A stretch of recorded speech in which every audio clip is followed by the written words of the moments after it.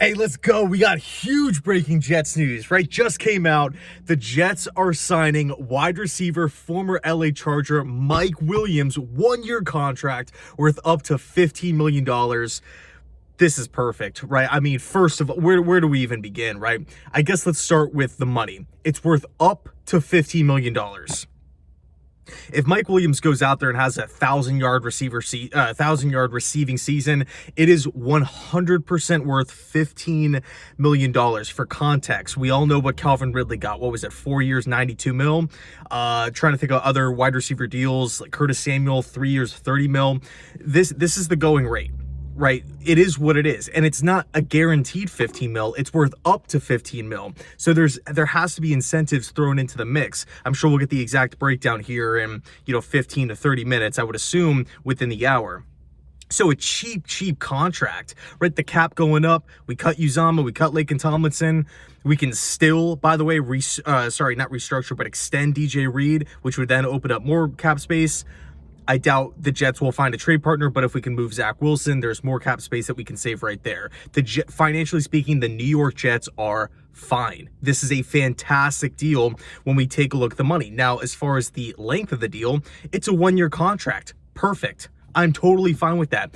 Typically, I like to sign guys for at least 2 years, but in the case of Mike Williams, he is injury prone. He does miss a ton of time.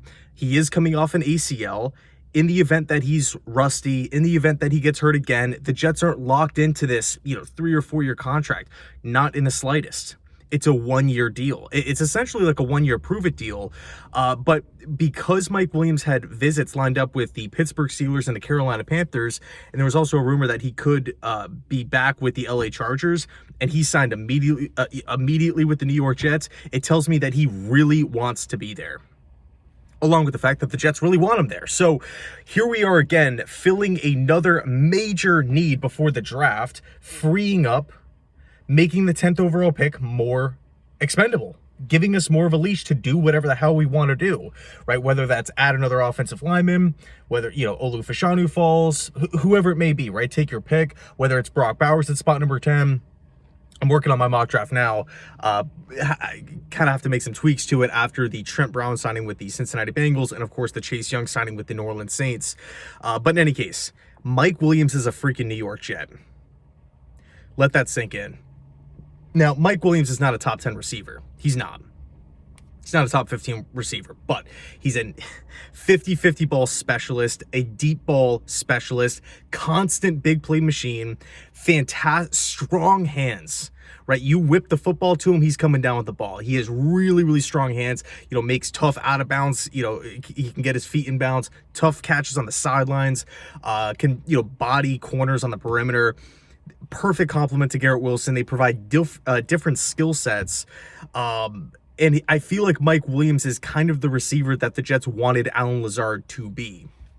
Now, of course, again, he has to stay healthy. He's coming off an ACL tear, but oh my Lord, 1 year, $15 million. Sign me up for that every single day of the week. The Jets got a freaking steal.